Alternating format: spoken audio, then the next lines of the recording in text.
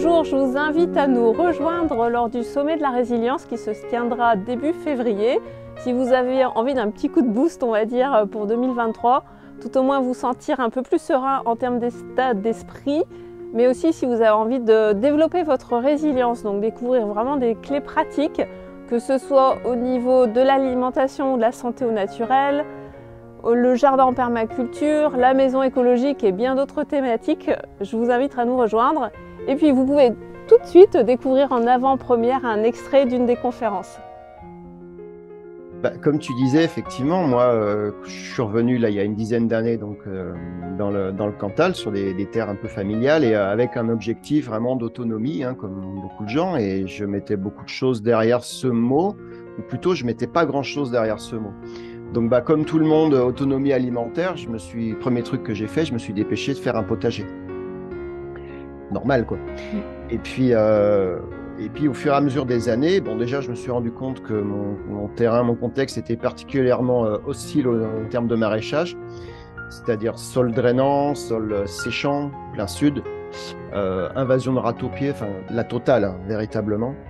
Et au bout de quelques années, je me suis dit que, en fait, déjà, j'avais du mal, vraiment, c'était pas simple d'arriver à produire du légume, et quand bien même je produisais du légume, j'avais pas l'impression de faire moins de courses au final, ou beaucoup moins.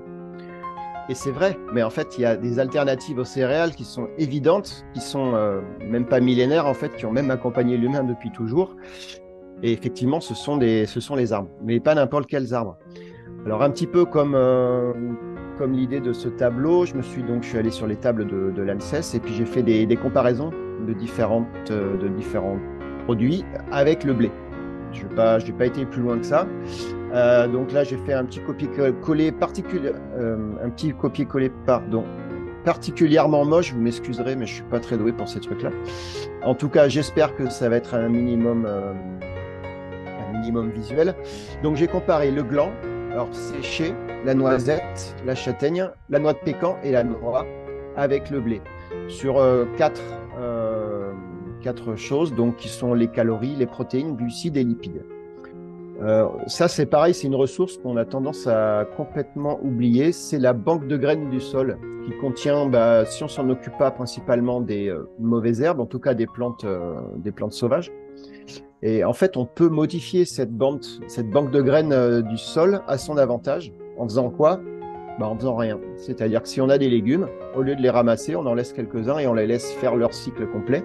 Voilà, alors j'espère que cet extrait vous a plu. Donc pour nous rejoindre, c'est vraiment très simple. L'inscription est gratuite et il vous suffit de cliquer sur le lien qui se trouve sous la vidéo. Et je vous dis donc à bientôt pour une première conférence lors de ce sommet. À bientôt!